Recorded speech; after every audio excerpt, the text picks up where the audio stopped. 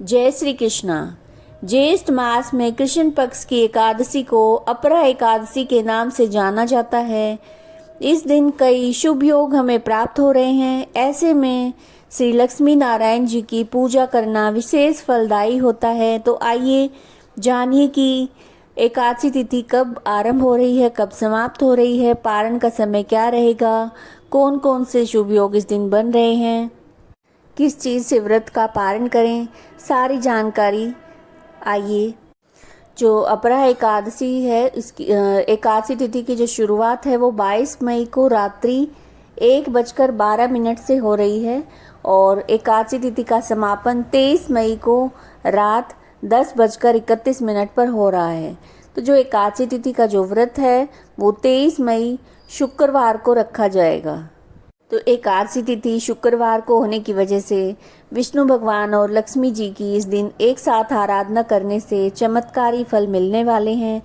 तो इस दिन जो ब्रह्म मुहूर्त का जो समय रहेगा वो सुबह 4:04 से 4:45 रहेगा। इस दिन 23 मई को यानी कि जो सूर्योदय का समय है वो 5:26 होगा और सूर्यास्त का समय रहेगा 7:10। इस दिन जो पूजा का सुबह की पूजा का जो शुभ मुहूर्त है वो सुबह 4:25 से 5:26 है और इस दिन राहु काल का विशेष ध्यान रखना चाहिए। राहु काल का जो समय है वो सुबह 10:30 से 12 बजे तक रहेगा। तो इस दौरान राहु काल के दौरान कोई भी शुभ कार्य नहीं किया जाता। और इस दिन अभिजीत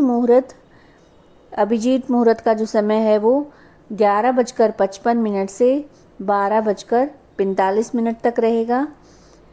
इस दिन विजय मुहूर्त का समय रहेगा 2:35 से 3:20 और इस दिन अमृतकाल का जो शुभ योग बन रहा है उसका समय रहेगा सुबह 10:52 से दोपहर 12:21 तक। इस दिन एक और शुभ योग यानी सर्वार्थ सिद्धि योग और अमृत सिद्धि योग बन रहे हैं, जिनका समय है सुबह 4:02 पर ये शुरू हो रहे हैं और 5:26 पर ये समाप्त हो रहे हैं। तो ऐसे में पूजा करना बहुत ही अच्छे फल देने वाला है। और जो एकादशी तिथि का जो पारण है वो द्वादशी तिथि में किया जाता है। तो जो पारण का जो समय रहेगा वो शनिवार 24 मई को सुबह 5:26 से 8:39 तक रहेगा। तो इस दौरान आप एकादशी व्रत का पारण अवश्य कर लें, क्योंकि पारण दिए गए शुभ मुहूर्त में पारण करने से व्रत का पूरा फल मिलता है। अगर आपको जानकारी अच्छी लगी है तो वीडियो को लाइक कीजिएगा, शेयर कीजिएगा और चैनल को सब्सक्राइब कीजिएगा। जय श्री कृष्णा।